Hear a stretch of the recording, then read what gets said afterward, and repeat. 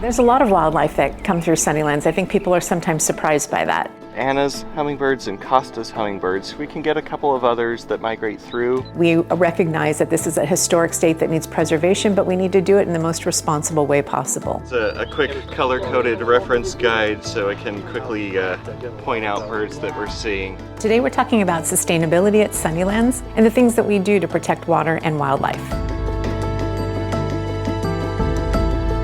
So at Sunnylands, there's 3 areas that we need to really watch when we're making decisions on building, on programming, and anything that we do. And those 3 things are historic preservation, adaptive reuse, and then we have sustainability. So when Sunnylands built the Visitor Center, we went through the LEED process, which is Leadership in Energy and Environmental Design. And it's a process that calculates how you build and the effect on the environment. As part of that, we made decisions to install a solar field that manages now 50% of the energy that we use. We selected plants that were arid adapted species to build the gardens. And so everything around that space was done with the conversation focusing a lot on sustainability. So one of the ways that we've made a sustainable decision, an example of that is the olive trees. We had 600 olive trees that were being suppressed, could not fruit, and we decided to allow them to fruit, to collect that fruit, and to make olive oil out of it. And we invite the public to participate in that, so we have a community program and now a product that we produce. When it comes to water on the estate,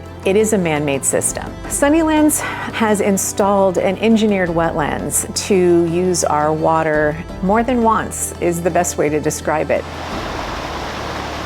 So basically what happens is water goes through the internal sinks and bathrooms and goes through a system of cleaning it, and then it goes back out through our irrigation. So the same water that's coming through Sunnylands gets used more than once as a way to save that. Every year there's a new conversation. As the desert changes, it gets hotter, and we're going to have to make decisions moving forward every year on what else we change or what we do different. And I think that's what's important about the conversation at Sunnylands, is it is very fluid. What we are talking about today, we weren't talking about 10 years ago. And 10 years out, there'll be new challenges that we're going to have to master. But we are an organization that is willing to have those conversations and make those decisions.